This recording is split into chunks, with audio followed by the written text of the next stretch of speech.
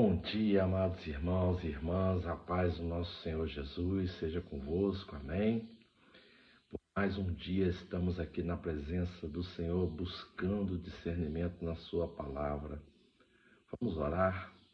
Senhor, meu Deus, meu Pai, te glorificamos, Senhor, nesta manhã, por estarmos, Senhor, aqui, Senhor, perante a Tua palavra. Senhor, em nome de Jesus, venha falar conosco através da Tua palavra, que possamos, Pai, em nome de Jesus, estarmos tendo entendimento sobre todas essas coisas, Pai. Venha, Senhor, de forma sobrenatural nas nossas vidas, Pai. Nos livra, Senhor, de toda a artimanha satânica do diabo, Senhor.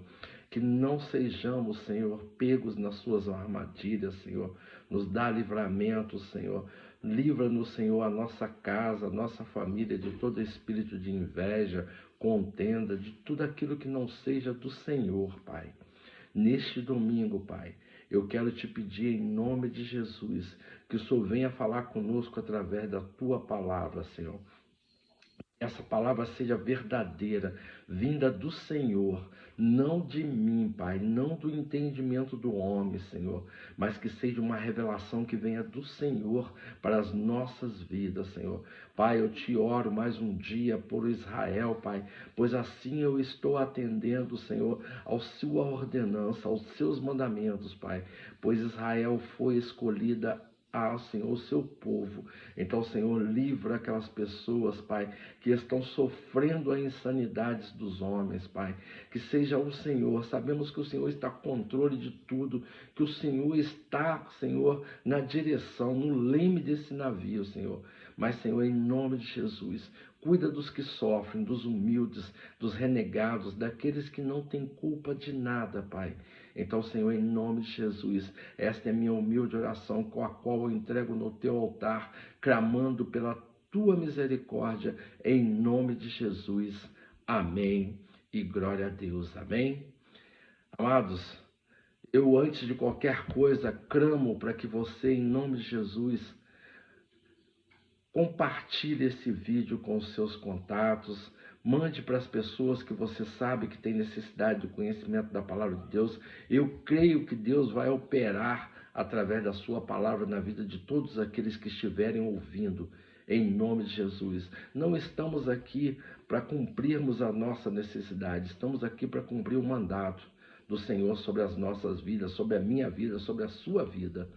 Então, em nome de Jesus, deixe a sua curtida nesse vídeo, porque através desse ato, o YouTube vai mandar esse vídeo para outras pessoas. Quanto mais curtidas, mais esse vídeo vai ser divulgado nas redes sociais, amém? O objetivo é divulgarmos a palavra de Deus, amém? E se você ainda não se inscreveu no canal, se inscreva, nos ajude a caminhar nessa jornada, nesse deserto que Deus tem nos colocado para que possamos alcançar a sua promessa, a terra prometida. Amém? Bom, irmãos e irmãs, hoje Deus me levou num dos livros mais antigos da Bíblia, o livro de Jó. E a gente ouve falar muitas aberrações, julgamentos. Eu ouço, às vezes, pastores dizendo que, com certeza, Jó, ele tinha pecados, por isso que Deus permitiu essa situação. E, ao mesmo tempo, nós também nos perguntamos e nos arguímos, né? Se Deus permitiu Satanás entrar na vida de Jó, qual foi o motivo? Qual foi o motivo? Por quê? E há muito tempo a gente tem uma visão, a qual eu quero compartilhar com os irmãos hoje. Amém? Mas para isso, nós devemos estar através da palavra de Deus, pois é a palavra de Deus que vai nos dar o discernimento correto. Amém? Bom, eu quero começar lá no capítulo 42, que é o último capítulo do livro de Jó. E a partir do versículo 1 até o versículo 6, nós vamos começar a entender um pouquinho melhor essa história desse grande homem de Deus, amém? Então respondeu Jó ao Senhor: bem sei que tudo podes, e nenhum dos teus planos pode ser frustrado. Quem é aquele, como dissestes, que sem conhecimento encobre o conselho? Na verdade, falei do que não entendia. Coisas maravilhosas demais para mim, coisas que eu não conhecia. Escuta-me, pois, havia dito, e eu falarei, e eu te perguntarei, e tu me ensinarás. E tu conhecia só de ouvir, mas agora os meus olhos te veem. Por isso me abomino e me arrependo no pó e na cinza. Jó aqui faz uma confissão. Ele reconhece que na dor, no sofrimento, ele arguiu a Deus de forma indevida. Pensa bem, Jó, ele era um homem abençoado. Ele tinha 7 filhos homens e 3 filhas mulheres. E de repente, numa ciranda de Satanás pelo céu, uma caminhada que ele vai fazer no céu, ele pede autorização a Deus para tocar nas coisas de Jó. Então, o primeiro ensinamento que nós temos nesse livro é que Satanás não toca em nada de um servo de Deus sem a permissão de Deus. Mas aí vem uma pergunta angustiante a seguir. Por que Deus permitiu? Bom, para entendermos melhor isso, vamos lá no primeiro capítulo do livro de Jó.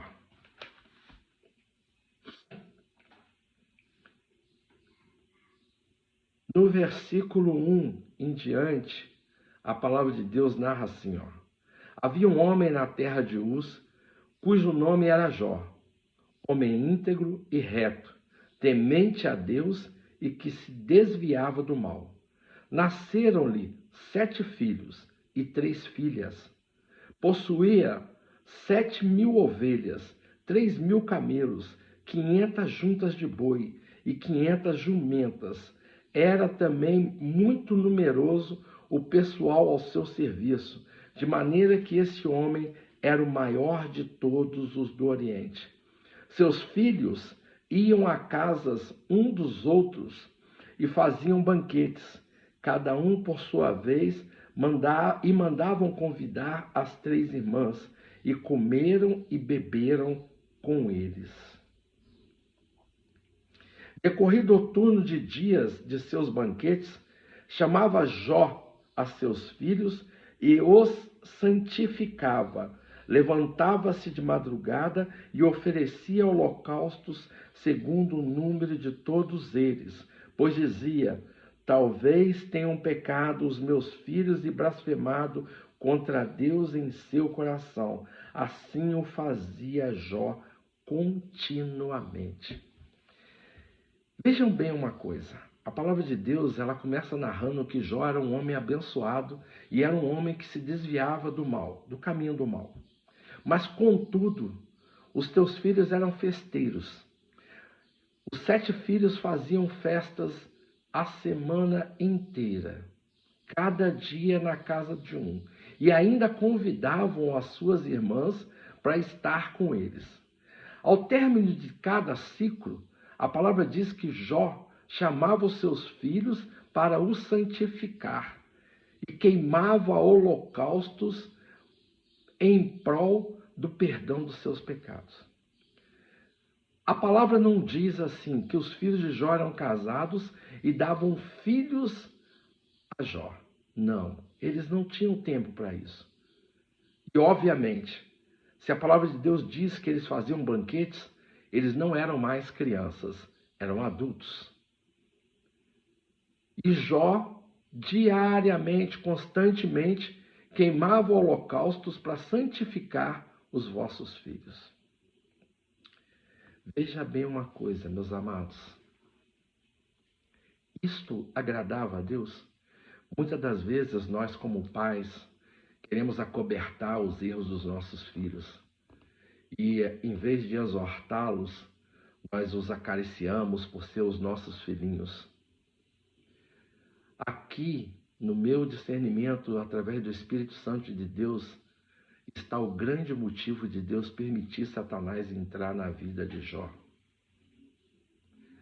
E, além de Jó não exortar os filhos, ele se sacrificava pelos seus pecados.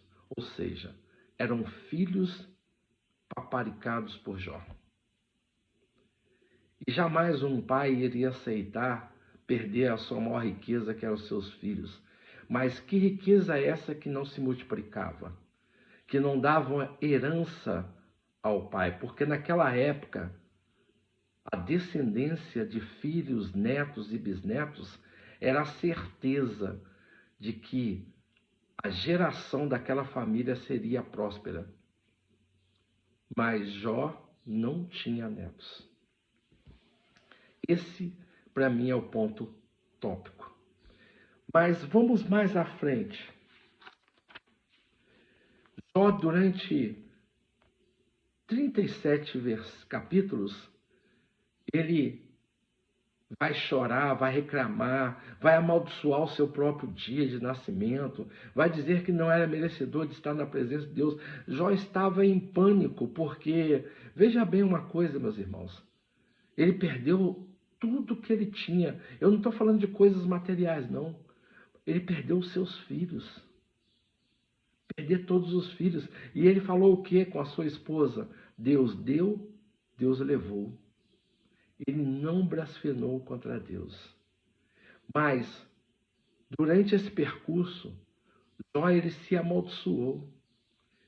Enquanto ele estava se amaldiçoando, a palavra diz que Deus não respondeu à oração. E, ademais, Deus mandou 3 pessoas, 3 profetas, para acalentar a dor de Jó, porque Jó ainda não tinha entendido o propósito de Deus. Mas o que esses homens fizeram? Julgaram a Jó. Com certeza, Jó, você fez algo que desagradou a Deus. Com certeza você maltratou algum empregado e isso desagradou a Deus, querendo buscar resposta para aquilo que eles não sabiam. Muitas das vezes, meus irmãos e minhas irmãs, buscamos respostas erradas.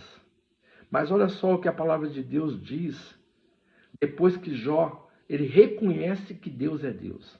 No 38, do versículo 1 ao 5, Deus exorta a Jó, responde a Jó. Depois disso, o Senhor, do meio de um redemoinho, respondeu a Jó: quem é esse que escurece os meus desígnios com palavras sem conhecimento? Cinge, pois, os lombos como homem, pois eu te perguntarei e tu me farás saber. Onde estás tu quando eu lançava os fundamentos da terra? Dize-me se tens entendimento.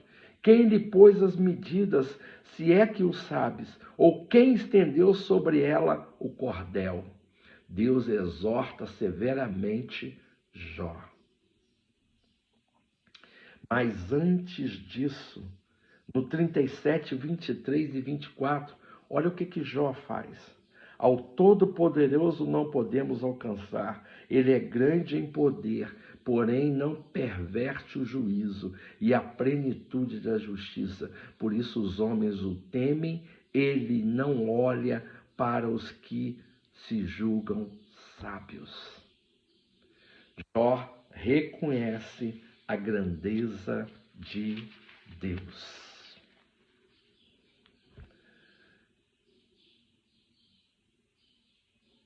Deus nos dá o direito de irar, de falarmos coisas que não têm fundamento. Mas Deus é justiça. E nesse momento Deus colocou Jó com a luz novamente sobre a sua vida para enxergar aquilo que ele queria que ele enxergasse. E no versículo 40, capítulo 40, versículos 3 ao 5, olha a resposta de Jó a toda a arguição de Deus, porque Deus ali foi severo com Jó, exortou Jó severamente, mas olha como Jó era realmente um servo de Deus. Então Jó respondeu ao Senhor e disse: sou digno que te responderia eu? Ponho a mão na minha boca, uma vez falei e não repliquei. Aliás, 2 vezes, porém, não prosseguirei. A humildade de Jó é a chave de todas as bênçãos. Muitas pessoas procuram a prosperidade de Jó. Mas eu te pergunto, você está em condições de viver a vida de Jó? Jó errou na educação dos seus filhos. Jó não soube educá-los para que eles entendessem a grandeza de Deus. Mas você quer saber e conhecer a verdadeira misericórdia de Deus sobre a vida de Jó?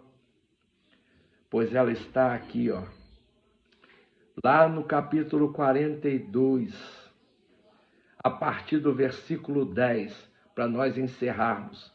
Mudou o Senhor a sorte de Jó, quando este orava pelos seus amigos, e o Senhor deu-lhe o dobro de tudo o que possuía.